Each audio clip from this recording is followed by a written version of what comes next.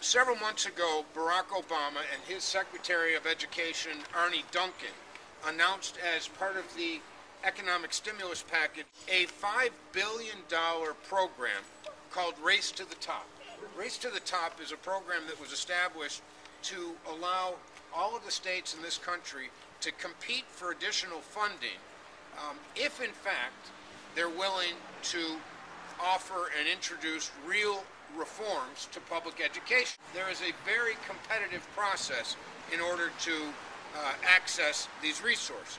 Bottom line is, if New York State qualifies and if New York State implements dramatic reform at a time when we're facing a multi-billion-dollar deficit, where the governor has recently announced upwards to $750 million in cuts to public education, New York State could actually get $200 million in new funding.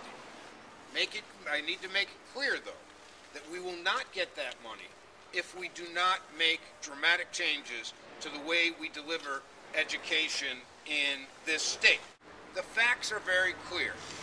Our urban schools are failing our inner city children. And it isn't just about charter schools that we need to look at in order to change that dynamic. We need comprehensive school reform in order to have our inner city children not be hostages to what otherwise is too often a broken system. I have introduced what has been described by many as the most comprehensive education reform bill in the history of New York State. Let me talk about a few of the things that my bill does. First of all, it would eliminate the cap on charter schools in the state of New York, thus addressing one of those minimum criteria that Obama talked about. Number two, it would allow performance pay. It would allow teachers to be excellent teachers to be paid additional resources when they're excelling at the job that they do. It would extend the school year by 200 days.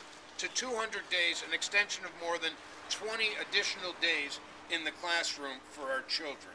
It would require rigorous standards, accountability, and data-driven assessments. It would reward and provide continuing support to schools that are already improving. It would eliminate principal tenure, and it would double the teacher tenure evaluation period from 3 to 6 years.